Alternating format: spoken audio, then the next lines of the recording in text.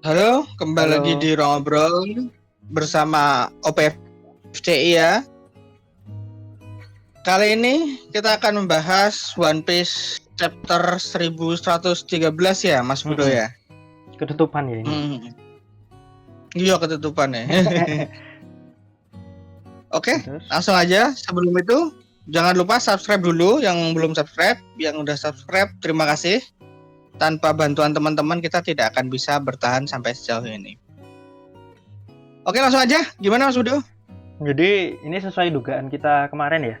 Yang paling mungkin kepalanya Vegapunk yang ternyata emang udah segede Giant kalau katanya Vegapunk. Walaupun ekspektasinya otak, tapi ternyata semsak kepala-kepalanya juga masuk ya. Cuman yang penasaran apakah kesadaran Vegapunk ada di sini juga apa enggak, tapi kayaknya ini bakal jadi bukti kalau seenggaknya bukan bukti sih, teori bahwa akan tersisa satu Vegapunk, teorinya Mas Daris kemarin, bahwa akan tersisa satu Vegapunk kayaknya bakal terwujud gara-gara ini masih ada. Iya. Walaupun nggak berkembang lagi ya otaknya, soalnya yang punya buah iblisnya udah. Ini kalau mau agak puitis sedikit sih, kita bisa jadi ada sedikit jawaban tentang otak sama jiwa itu ada di mana gitu. Jiwa itu ada di otak atau hati? Benar, itu kalau mau puitis sedikit sih nanti arah-arahnya agak jawaban ke sana sih. Lanjut. Jadi kita dikasih lihat berbagai sudut pandang yang salah satu yang ku suka ini sih. Soalnya kayak Piman sama Ninjin kelihatan masih suka berbohong kayak Usopp. Terus di Baltimore yang aku suka mereka masih ingat Frankie dan menganggap Frankie beneran udah jadi kapal. Ini 2 tahun di sana wajar sih, dan itu lucu sekali. Detailnya ya suka. Gimana ya? Hal-hal paling menyenangkan dari One Piece itu kan salah satunya adalah ketika kita melihat reaksi dari orang-orang yang pernah bersinggungan sama topi jerami itu kan, itu salah satu hal yang paling nanti di One Piece itu kayak gitu. Itu sih banyak sih yang kayak gitu juga. Yang aku suka di Baltimore ini, anak kecil sampai salah anggap Frankie dengan Vegapunk. Ini kayak pertanda kalau Frankie itu udah semenyatu itu sama orang-orang di sana. Iya, benar. Lanjut aja Mas ya. Lanjut aja. Nah yang ini Denden Musinya fake. Sesuai judul yang chapter kemarin ya review kita chapter kemarin, Zong beneran. Nah yang yang kalau menurutku Denden Musi yang asli, yang punyanya yang dipakai Vegapunk itu kemungkinan ada di Dragon Mas. Menurutku. Soalnya sebelum ini kan Saka, Vegapunk Saka kan ngontak Dragon kan. Jadi ada kemungkinan kalau, dan dia udah bilang kalau mereka bakal sekarat, bakal mati kayak gitu kan. Vegapunk bakal. Ya makanya Dragon santai-santai aja. Jadi dia udah mengira semua, dan waktu melihat broadcast-nya juga reaksinya tidak sekaget itu kayaknya kan. Kayak cuman diem bengong ngeliatin, kayaknya udah memperkirakan kemungkinan ya. Jadi aku prediksinya emang disimpan sama Dragon, udah dikirim dari awal, dan kayak sama Vegapunk mungkin karena dia memperkirakan dia bakal diserang, Dragon suruh menyiapkan itu untuk diaktifkan, bukan menyiapkan, suruh ngejaga atau semacamnya. Mungkin itu masuk akal karena jadi jadi ada alasan kenapa kok Vegapunk menghubungi Dragon. Soalnya dari dulu aku mikirnya ini sekadar basa-basi tangan lemah aja, tapi kalau memang soal itu, dan ini paralel sama obrolannya Gorosei yang ngomong Vegapunk ini mau nyelesain apa yang tidak bisa diselesaikan Ohara. Iya, dan yang ada di Ohara pada saat itu ya Vegapunk sama Dragon. Jadi puitis kan, jadi teman lamanya Clover. Teman lamanya Clover dua-duanya menyelesaikan apa yang tidak bisa diselesaikan Clover. Kalau memang itu yang terjadi, ini membungkam banyak orang soal dragon Nggak ngapa-ngapain. AFK. Semoga sih, tapi enggak juga nggak apa-apa karena aku tetap suka sama, karena emang masuk akal kalaupun nggak di sini ya. Selanjut ya Mas ya. Berikutnya apa ini? Adegan Sanji nyerang Nasjuro. Gimana Mas menurut Mas Daris? Enggak gimana sih, ini biasa aja menurutku. Ya emang ya ini cuman sekedar ya udah show off aja Sanji ya. gebuk. Wajar, konsekuensi wajar. Apalagi ini menyangkut cewek ya. Jadi ya ini bukan hal yang istimewa gitu loh kalau buatku. Sama kayak seumpamanya Zoro yang kemudian melindungi Robin melawan Mars. Ya nggak ya udah gitu. Ngapain itu apa? Ya yang wajar. Aku suka cuman ini sih Mas. Nasjuro itu fitnya kecepatan kan dikasih lihat. Nah Sanji juga kayak semacam ya walaupun nggak segamblang itu, tapi paling nggak kecepatan Sanji masih bisa mendekati Nasjuro. Udah gitu aja sih. Atau Nasjuronya emang sengaja menerima serangan karena dia tahu dia immortal. Udah itu aja sih paling yang pengen tak bahas. Nah, enggak. Ini bukan soal itu sih, soal ini hal yang wajar. Krunya Luffy bisa sampai batas tertentu menahan Gorosei. Iya sih. Karena emang sekuat itu mereka. Udah level Yonko soalnya krunya. Itu hal yang wajar, bukan apa-apa lagi gitu. Sih. Lanjut. Nah ini reaksi beberapa orang yang pengen tak sorotin itu sebenarnya cuman Duval sih. Soalnya Duval kan bilang bukannya Vegapunk habis diberitakan ditangkap sama topi jerami. Nah waktu broadcast ini bakal ada kekhawatiranku, kecuali kalau Vegapunk di video ini sengaja menyudutkan pemerintah, tapi kan dia pengen netral kan di videonya, di broadcastnya. Jadi aku ada kekhawatiran pihak pemerintah dunia bakal menyalahkan topi jerami lagi di sini. Oh pasti. Nah itu makanya aku cuma pengen menyoroti ini sih. Dan enggak, kalau yang itu pasti, tapi kan nanti kemudian kalau ngomongin dari dialog ya, ini kan kemudian nanti akan membuat orang-orang itu mulai mikir gitu ya. loh. Emang benar yang bunuh tuh topi jerami? Lah bukannya dia cuma disandra ya? Apapun yang terjadi nanti akan ada pihak yang menyalahkan topi jerami, akan ada yang percaya dan akan ada juga yang meragukan. Itu kan? Iya, poinnya di situ sih. Yang bicara Vegapunk atau mungkin ini kalau meminjam omongan Morgan, ini kan jurnalisme. Dan reaksinya Morgan. Orang tuh bebas untuk menentukan kebenaran apa yang mereka percaya, tergantung pada seberapa dalam tanda kutip terdidik mereka. Orang-orang yang terbiasa terrepresi oleh pemerintah dunia mungkin akan percaya begitu saja. Tapi ada juga komentar di chapter ini yang bilang, loh bukannya pagi ini katanya si Vegapunk disandra Luffy kok udah mati? Nah itu loh, itu yang kemudian menarik. Ya itu yang diincar atau nggak diincar. Ini yang dicerminin dari memang publik dunia seperti ini, di dunia kita juga seperti itu gitu. Kebenaran itu tidak bisa ditentukan oleh satu orang yang menjalankan narasi, tapi kebenaran ya kalian sendiri yang menentukan, publik, dalam hal ini publik.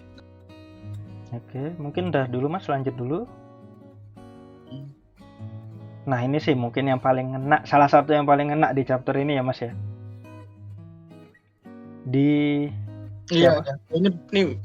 Ini buatku highlight sih. Walaupun kita kemudian highlightnya setelah ini ya, kita ngobrolin teori itu ya. Tapi buatku highlight utama chapter ini tuh ada di bagian ini, ketika topi jerami menepati janjinya bahwa Robin itu tempatnya di kita dan di kami, dan kami akan melakukan segalanya untuk menyelamatkan Robin. Kenapa jadi keren? Karena yang ada di sini tuh real mah. Chopper, Nami sama Usopp. Dan Dan mereka kuat tenaga langsung lindungi Robin. Chopper langsung pakai guard point. Nami itu langsung lompat gitu loh. Langsung teriak, langsung lompat. Yang nyadar pertama Nami sih. Cuman tetap sih Nami langsung lompat tuh merinding sih aku. Soalnya waktu itu ya itu mereka itu yang terlemah, tapi lawannya Gorosei, tapi mereka masih berani gitu loh, masih karena emang harus begitu karena mereka punya janji untuk menyelamatkan Robin. Begitu Nami melihat Robin bergetar, merinding, ketakutan, langsung lompat kan. Dan semuanya langsung all out di situ juga. Ini langsung bergerak. Setelah menang yang penting hidupi Robin dulu gitu. Itu buatku chapter ini ada di sini gila banget emang. Semuanya langsung ngeluarin jurus ya. Terus lanjut. Nah, highlight chapter ini biar nggak kelamaan langsung ke sini aja Mas ya. Ini apa namanya? Vegapunk bilang di akhir chapter satu kalimat padahal. Dunia ini bakal tenggelam. Langsung semua yang baca ini aku yakin langsung kayak apalagi yang biasa bikin teori ya, langsung apa kayak di meme itu loh yang langsung ngehubungin gambar-gambar. Connecting the dot. Kalau menurut Mas Daris gimana ini? Ya ini jelas ya banjir ya, air bah ya, banjir bah ini merujuk pada mitologi, bukan mitologi lagi ya, ini di banyak sejarah. Di banyak sejarah, di banyak kitab suci juga, selalu ada cerita soal banjir bah. Kalau di Islam mana di agama Abrahamik banjir bah Nuh gitu ya. Nuh, Noah. Nah ini kapal Noah itu kan. Ini kesana kan. Apa? Nuh. Kapal Noah, kapal Nuh yang di Fishman Island kan namanya Noah. Ini jelas merujuk ke sana gitu. Nah, yang kemudian jadi pertanyaan kan implikasi dari banjir bah ini apa gitu. Nah, kamu dulu aja, Mas Udo. Yang menarik sih ini sih Mas. Apa? Petunjuknya itu udah di mana-mana. Yang tak highlight ini cuma sebagian, tapi ini nggak cuma ini sebenarnya. Kayak kapal Noah yang tadi tak bilang. Terus Lulusia Kingdom dihancurkan. Kalau teman-teman ingat, waktu Lulusia Kingdom dihancurkan, air laut tuh levelnya naik 1 tingkat. Nah, ini kayaknya harusnya ini jadi petunjuk pertama yang buat kita mikir. Waktu itu kita juga mikir apa implikasinya ya Mas ya. Air laut naik semeter ini, cuman kok ya baru ngeh banget sekarang gitu. Iya, itu kayak apa sesuatu ya. Sebenarnya teori soal ini kan banyak ya. Cuman emang kayak enggak kan gitu loh, apa relevansinya dengan One Piece itu. Ini mungkin memang ya ini iklim di One Piece seperti itu gitu. Tapi kita nggak pernah mikirkan bahwa relevansinya dengan One Piece apa. Termasuk salahnya Water Seven dengan Aqua Laguna gitu. Yang tiap tahun bikin level air naik. Ya naik dikit-dikit. Ternyata ini malah sepertinya ya memang ini sengaja. Nah, apa yang dirujuk Imu dengan Great Cleansing mungkin ya Great Cleansingnya ini. Banjir bandang, banjir sedunia kalau sebutanku tadi. Nah, ini gimana Mas? Gimana? Lanjut dulu. Nah, kalau di apa namanya? Kalau menurutku di awal dulu banget sebelum, jadi Great Cleansing sebelumnya itu kemungkinan ketika 800 tahun yang lalu, zaman abad kekosongan. Banyak yang mikir pulau di One Piece tuh nggak kayak gini dulunya. Nah, ada kemungkinan setelah melakukan Great Cleansing yang pertama, terus sejarahnya dihapus, 20 kerajaan yang penting itu mereka ngungsi ke Marijoa. Ini teoriku ya. 20 kerajaan yang membangun dunia sekarang tuh mereka ngungsi ke Marijoa, dan beberapa orang terpilih terus menenggelamkan seluruh dunia kecuali negara-negara aliansi. Contohnya ya Mas ya, Arabasta itu level tanah di kerajaannya itu dibikin lebih tinggi daripada gurun pasirnya. Tapi aku nggak masukin di sini, aku lupa. Terus Dressrosa juga kastilnya, walaupun memang normal ya, kayak kata teman kita kan, kastil berada lebih tinggi daripada rakyatnya, masyarakatnya, penduduknya, itu wajar. Tapi ini jadi lebih masuk akal kayak kalau misalnya, jadi ada alasannya gitu, kalau misalnya kastil-kastil kerajaan itu ada di atas level tanah pada yang normal. Nah, negara-negara yang beraliansi sama pemerintah dunia ini kemungkinan bikin negaranya lebih tinggi, terus menenggelamkan seluruh dunia sehingga Great Reset. Makanya dibilang Tenryubito itu apa istilahnya, orang-orang yang membentuk dunia, karena emang literally ternyata bisa jadi literally orang-orang yang ditinggalkan. Kalau kayak Del Sosa ya, Don Quixote family, keturunan Don Quixote itu pindah ke Marijoa, sisanya itu yang membangun peradaban sekarang, King Riku dinasti. Itu yang membangun peradaban sekarang di Del Sosa dan mungkin menyebar ke seluruh dunia lagi. Nah, untuk negara-negara yang tidak berafiliasi dengan pemerintah dunia, mereka punya cara sendiri untuk melindungi diri mereka dari banjir. Misalnya Skypia, Fishman Island, sama Wano, sama Zunesa, Zo. Kalau Wano, kenapa? Drum Kingdom juga, Drum Kingdom masih berafiliasi sih, Mas. Pada enggak, ini soal lebih ke tingginya ya. Apa ya? Tingginya, aku ngomongin tingginya. Jadi negara ya oke, lanjut dulu nanti aku ngomong. Iya. Nah, untuk negara kalau Drum Kingdom itu mungkin karena dia juga berafiliasi, makanya level tanahnya juga, dia punya kastil yang level tanahnya jauh lebih tinggi. Nah, untuk negara-negara yang berafiliasi tadi, mereka punya cara sendiri untuk melindungi diri. Makanya mereka sampai sekarang pun masih kekeh untuk tidak berafiliasi dengan pemerintah dunia. Kecuali Fishman Island, karena mungkin mereka tersupresi, nggak punya cara untuk melindungi diri, karena mereka adalah jalurnya bajak laut, jalurnya pelautan. Makanya mereka dekat juga sama Marijoa, jadi mereka lebih sering diserang daripada negara-negara lain. Dan mereka kan udah dulu kali ya, udah itu aja. Intinya gitu. Kalau Wano kan itu agak beda sih, mirip tapi beda. Ini cuman soal apa ya? Cuman soal sejarahnya seperti apa sih? Yang di pendapatku sejarahnya seperti itu. Soal arah kesininya nanti relevansinya gimana, aku masih belum bisa nebak. Kalau aku begini, kalau aku lebih ke negara dari 20 negara itu, 20 kerajaan yang membentuk pemerintah dunia, itu mereka yang paham bahwa akan ada sesuatu, makanya kontingensinya ada, yaitu pembangunan kastil yang berada di atas tanah, di atas level tanah normal. Hanya 20 negara itu yang punya contingency plan itu. Bahkan mereka yang sekarang di sana, mereka tuh nggak tahu kalau ada itu gitu. Tapi itu untuk menyelamatkan kerajaannya. Nah, tapi buat mereka yang di luar 20 kerajaan itu ya nggak ngerti. Makanya kita nggak ngelihat kerajaan Goa agak tinggi kan, kita tidak lihat itu ya, atau iya aku lupa, tolong dikoreksi ya. Terus kemudian kerajaan-kerajaan lain kita tidak lihat tuh ada yang segitunya. Nah, yang kita lihat punya kontingensi juga Wano, Zunesa, Skypia, Drum Kingdom. Itu mungkin memang kerajaan-kerajaan yang berhubungan dengan Ancient Kingdom. Kenapa? Karena memang pada dasarnya dulu ya segitu.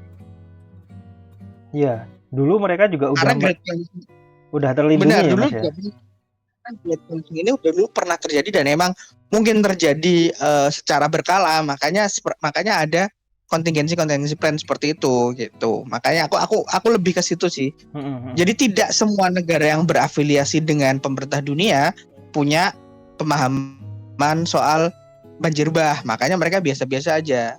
Yang naik, yang dinaikin, yaitu mereka yang mungkin dulu memang aliansinya dengan Ancient Kingdom. Ya, maksudku ini sih, Mas. Negara-negara yang berafiliasi ini, maksudku pada masa 800 tahun yang lalu ya 20 kerajaan itu aja. Terus mereka baru menyebarkan peradaban ke seluruh dunia pelan-pelan. Ya, aku ngerti. Aku ngerti teorimu itu. Cuman lubang dari teori itu adalah bahwa seharusnya mereka yang menyebarkan peradaban itu ya levelnya naik juga, level kastilnya juga, tingkat ketinggian kastilnya tuh juga tinggi. Lubangnya di situ aja. Kalau menurutku Kenapa lebih yang sorry. kenapa yang tinggi itu tebang pilih ini gitu loh, dan jadi aneh. Kalau menurutku karena ini Mas. Jadi setelah tenggelam semua ya. Setelah tenggelam semua itu sisa 20 kerajaan sama yang kerajaan-kerajaan yang berafiliasi. Yang sisa 20 kerajaan dan kerajaan yang afiliasi sama Ancient Kingdom. Kan sisanya itu ya. Kalau di teoriku. Nah, setelah itu mereka itu tidak langsung seketika itu juga nyebar. Nyebarnya itu setelah bertahun-tahun populasi sudah mulai memadat, mereka berlayar untuk nyari pulau baru. Dan ada kemungkinan ketika sudah populasi memadat itu, sejarahnya udah hilang, udah nggak dibahas lagi. Karena sejarahnya aku ngerti. Jadi ada kemungkinan aku ngerti soal itu. Tapi itu nggak menjawab Drum Kingdom-nya. Kalau di teorimu Drum Kingdom itu adalah salah satu dari 20 kerajaan, iya mungkin. Iya, itu yang ku maksud gini Mas. Ada kemungkinan, dari arah teoriku itu, ada kemungkinan Drum Kingdom itu antara afiliasi pemerintah dunia, antara bagian dari 20 kerajaan, karena kita nggak tahu kan 20 kerajaan tuh di mana aja sebenarnya. Ada kemungkinan Drum Kingdom itu satu dari 20 kerajaan atau afiliasi Ancient Kingdom di masa lalu. Soalnya kita ingat satu, Kurohige pernah ke sana. Kita nggak, dan Kurohige itu orangnya emang sangat merencanakan segalanya. Jadi ketika mereka datang ke sana untuk memporak-porandakan, aku sampai sekarang masih curiga ada sesuatu yang disembunyikan di Drum Kingdom yang sekarang namanya Sakura Kingdom. Terus dua, Dr. Kureha adalah orang yang pertama menyebutkan Will of D di manga One Piece. Dr. Kureha kenal sama Gold Roger atau Goldie Roger. Tapi kita nggak tahu sampai sekarang relevansinya Dr. Kureha sama Roger itu kayak gimana. Jadi aku masih curiga kalau Drum Kingdom ini adalah afiliasi Ancient Kingdom. Makanya dia juga punya kalau ngomongin lubang teorinya adalah kalau ngomongin Drum Kingdom adalah afiliasi Ancient Kingdom, ya teorinya ada di tempatku. Tapi kalau ngomongin Drum Kingdom adalah salah satu dari 20 kerajaan yang itu yang membentuk pemerintah dunia, teorinya ada di tempatmu. Itu aja sebenarnya, bukan soal apa-apa. Sebenarnya bisa keduanya juga sih Mas. Ya. Soalnya Drum Kingdom ini pendekatannya beda. Pendekatannya beda aja. Sebenarnya mirip-mirip aja sih. Jadi bisa salah satu. Drum Kingdom itu bisa keduanya. Bisa salah satu. Either teori yang mana, oke aja. Yang jelas kenapa aku nggak cocok sama teorimu karena Drum Kingdom itu aja sih. Tapi Drum Kingdom juga bisa jadi dulunya bagian dari pemerintah dunia. Bisa jadi makanya aku cuma nambahin aja. Kalau di teori itu ada lubang itu tambalannya seperti ini. Kalau seumpamanya yang 20 tahun yang Drum Kingdom itu bukan 20 kerajaan lama itu. Ya either way kita bakal suka apapun hasilnya, soalnya ini aja udah teori-teori yang nyebar tuh udah banyak banget di luar sana tuh banyak banget. Jadi setiap kita baca, kayak semua yang ku baca itu seolah masuk akal. Emang gini sih Odam. Mungkin ada lagi Mas yang mau disampaikan? Udah, kalau aku sih soal Roger ya. Roger tuh tahu bahwa akan ada air bah ini. Roger tuh tahu kalau ada air bah ini, makanya masing-masing dari mereka yang kita tahu seakan mempersiapkan bahwa mereka itu harus menyelamatkan diri dari ini gitu. Atau setidaknya menyelamatkan banyak orang dari Rayleigh itu yang Rayleigh yang bikin coating kan sangat tidak nyambung dengan bajak laut, pekerjaannya seperti bajak laut dulu. Dia kan legenda ya. Terus Krokus yang tinggal bersama paus gitu, Wano yang tinggi itu gitu. Tapi Wano kan dari dulu emang tinggi ya, jadi bukan itu sih. Aku cuman dua itu. Sama ini Mas. Jadi kalau siapa namanya? Sama Shanks itu satu krunya sejauh ini yang kita tahu nggak ada Devil Fruit user. Karena mereka tahu mereka harus berenang. Iya. Itu makanya menarik. Aku yang lebih suka soal Krokus sama siapa? Crocus sama Rayleigh itu Rayleigh. implikasinya Rayleigh itu belajar coding sampai ke level profesional loh. Sampai kok Rayleigh itu dianggap salah satu yang jago itu karena dia mungkin ketika banjir ini terjadi dia ingin menyelamatkan sebanyak mungkin kapal. Terus Roger ibaratnya menggalakkan era bajak laut, mengumandangkan One Piece itu ada. Itu bukan One Piece itu ada. Roger itu mengumandangkan bahwa ada harta karun di perjalanannya. Bahasanya aduh. Roger memulai era bajak laut dengan eksekusinya. Dengan niatan untuk membiasakan orang dengan lautan. Nah, iya itu maksudku ke sana. Iya, kamu bahasa Indonesianya jelek ya? sorry. Oke. Yang asik itu Roger membiasakan orang untuk menjadi pelaut. Rayleigh ingin menyelamatkan kapal sebanyak-banyaknya dengan coding. Dengan coding itu kan mereka bisa kabur ke Fishman Island, bisa seenggaknya bertahan di sekitar Sabaudi untuk waktu yang lama. Terus Crocus bisa membangun rumah di dalam paus. Bisa jadi dia bisa bikin menampung beberapa orang di dalam sana, dan bahkan mungkin nggak cuman bisa bikin lebih dari satu paus untuk itu. Yang jelas aku lebih suka implikasi bahwa kru Roger ini dengan caranya masing-masing ingin menyelamatkan sebanyak mungkin orang yang mereka bisa. Ya aku nggak suka dengan itu sih, karena bagaimanapun bukan nggak suka ya, tapi aku lebih sepakat bahwa bagaimanapun bajak laut itu adalah orang yang sangat egois. Ya, keegoisan mereka ke arah sana sih. Kalau bukan. Lebih ke bagaimana mereka tuh memang mereka tahu akan ada sesuatu yang terjadi dan mereka melakukan sesuatu untuk itu gitu loh. Regardless mereka mau nolong orang atau enggak, soalnya mereka bagaimanapun bajak laut. Bagaimanapun cerita ini bajak laut. Bajak laut bukan tim sah. Luffy sampai batas tertentu memang diceritakan sebagai orang yang baik, tapi dia egois. Iya sih. Terus itu aku arahnya lebih ke sana sih. Nah, yang menarik buatku justru bukan bagaimana mereka nyoba nyelamatinnya, itu bagus ya, tapi justru bagaimana secara keseluruhan cerita One Piece ini kita udah ngerti bahwa One Piece itu kisah One Piece ini adalah sebuah kisah yang kompleks, ada politiknya, ada ininya, ada itunya, tapi ujung-ujungnya laut. Karena gimana pun bajak laut. Aku sukanya di situ. Sama ini mungkin Mas, ku tambahin dikit kali ya. Di teori All Blue. Di teori All Blue itu kan seluruh dunia itu banyak yang meneorikan bahwa All Blue itu terjadi karena Reverse Mountain atau Red Line dihancurkan, ya kan? Nah, itu kan berarti All Blue itu dibuat. Nah, itu aku sempat nggak suka sama teori itu. Tapi dengan adanya Great Flood ini, banjir bandang ini, berarti di masa lalu itu mungkin All Blue beneran ada. Cuman karena sekarang ada lautan itu tidak natural, maka yang terjadi ya seperti ini. All Blue-nya nggak kelihatan. Udah itu aja sih, Mas. Iya sih, itu juga bisa. Itu juga menarik teorinya. Udah mungkin kali ya. Oke, adik. Itu aja kali ya. Panjang sekali kita ngobrolnya soal ini. Thank you teman-teman udah ngikutin sampai akhir. Aku sama Fudo berdebat banyak juga di sini. Yang mana yang benar bukan masalah ya, kita cuma pengen presenting teori aja sih. Oke, terima kasih. Jangan lupa untuk follow medsos OPFCI yang ada di deskripsi seperti biasa. Sampai ketemu lagi di konten One Piece selanjutnya.